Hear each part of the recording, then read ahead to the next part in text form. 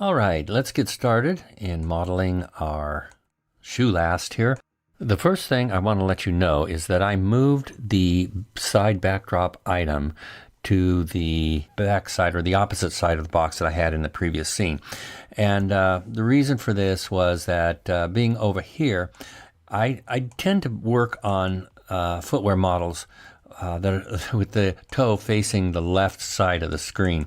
I don't know why I do. I just do it that way. So it's handier for me to have this image plane behind the model so it doesn't interfere with my view of the model as I'm creating it. So that's the only thing I did there. The other thing is I went ahead and named that layer from mesh, changed the name from mesh to last, just so we can stay a little bit organized here.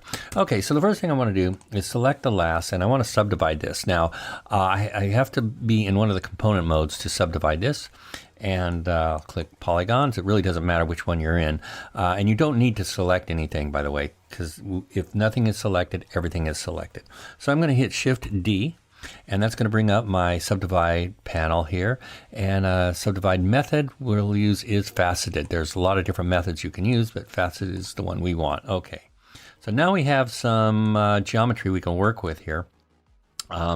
And let's see, first thing I'm going to do is start moving stuff around. Let's go to the top view first. Let's go grab these polygons, and I'm just going to move them down, and I'll explain that a little bit later why I'm doing that. So go to the right view, hit the W key.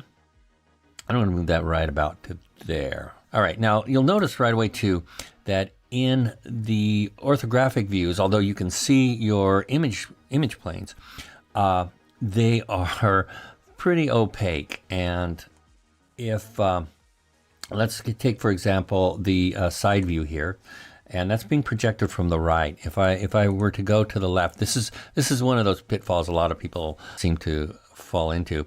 If they're in the left view of the orthographic view, the viewport, they can't see their backdrop item. They simply think it's disappeared, but it's not, because the projection type is for the right view.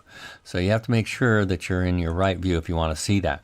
But as you can see, it's kind of occluding the model behind it. It's not allowing us to see that. So the best thing to do is, I'm going to do this to all of my backdrop planes right now, is to just add a little bit of transparency to it. So I'm just going to type in 50. I'm just going to add 50% transparency, and I can see my shoe fine. I can see the model just fine in the wireframe as well. So that kind of solves that problem. All right, so let's just start moving some points around. The other thing I'm going to do, going perspective view, and you'll notice that I'm jumping around a lot between perspective and orthographic views.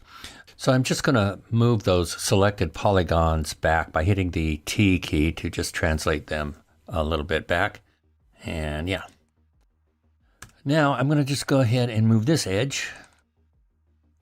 Let's go to the right view and just move that right about there, so that this little edge there is right at that part of the shoe.